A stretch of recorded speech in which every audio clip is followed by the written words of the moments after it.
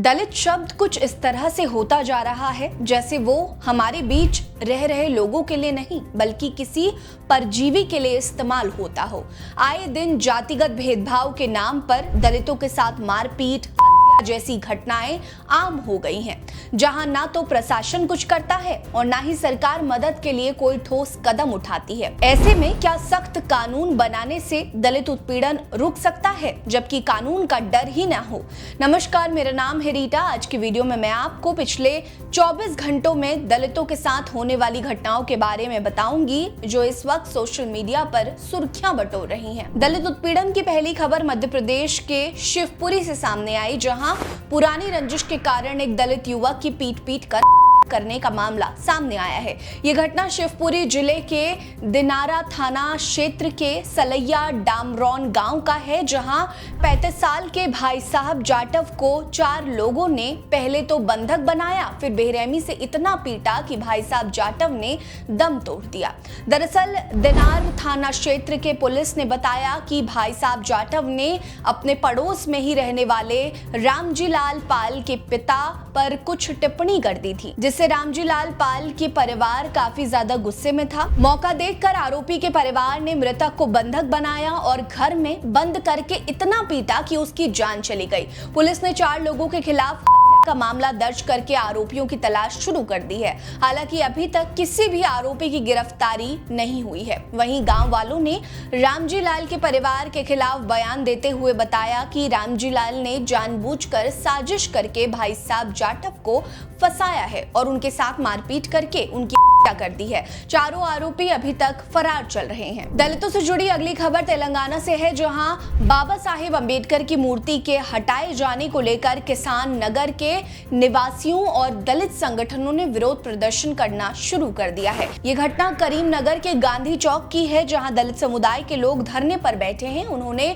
मांग की है कि किसान नगर में मौजूद मूर्ति स्थल पर लगी बाबा साहेब की मूर्ति को कुछ दबंगों ने रात के अंधेरे में नुकसान पहुंचाया है। प्रदर्शनकारियों ने धरना देते हुए कहा कि वो चाहते हैं कि बाबा साहेब की मूर्ति फिर से स्थापित की जाए। बताते चले कि मूर्ति साल 2016 में नगर निगम के परमिशन से लगाई गई थी, लेकिन कुछ मनुवादी मानसिकता के लोगों ने मूर्ति के साथ छेड़छाड़ की और नगर निगम ने जेसीबी से उस मूर्ति को हटा दिया। जबकि दलित समाज मूर्ति स्थल पर बाबा साहेब की जयंती और पुण्यतिथि मनाता आया है। उन्होंने सीधे तौर पर चेतावनी दी है कि अगर जल्द से जल्द मूर्ति स्थापित नहीं हुई तो वो लोग बड़ा आंदोलन करेंगे। इस मौके पर पूर्व पार्षद एडला अशोक, कूरा तिरुपति, संपत्ति अशोक, कलेपल्ली नवीन, धारापल्ली क्रांति, जिला अंबेडकर यूथ एसोसिएशन के अध्यक्ष कायादासी प्रभाकर, राज्य नेता गज्जा आनंद राव और एमआरपीएस नेता दांडू अजैया समेत कई दलित नेता इस प्रदर्शन में मौजूद थे। वहां पुलिस ने भी रास्ता जाम करने को लेकर कई प्रदर्शनकारियों को गिरफ्तार कर लिया था। फिलहाल मूर्ति को फिर से स्थापित करने को लेकर कोई ऑफिशियल घोषणा नहीं की गई है। दलितों से जुड़ी अगली खबर कर्नाटक से है, जहां सरकारी कॉलेज को भी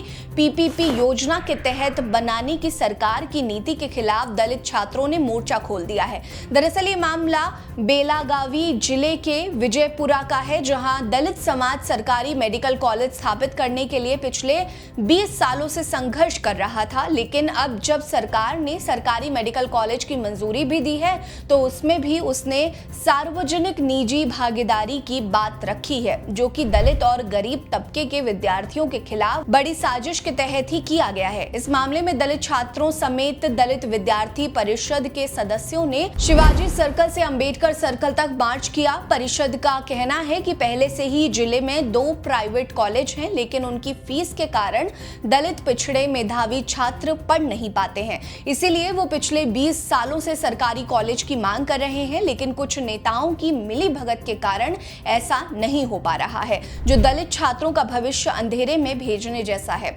उन्होंने इसके लिए सरकार को दोषी करार देते हुए कहा कि निजीकरण केवल गरीब, पिछड़े और कमजोर लोगों को प्रताड़ित करने के लिए है, जबकि स्वास्थ्य और शिक्षा का कभी निजीकरण नहीं होना चाहिए। दलित उत्पीड़न की अगली खबर उत्तर प्रदेश के लखनऊ से सामने आई, जहां मुस्लिम युवक ने अपना धर्म छिपाकर एक दलित सामाजिक कार्यकर्ता से शादी की और उसके साथ दुष्कर्म किया था।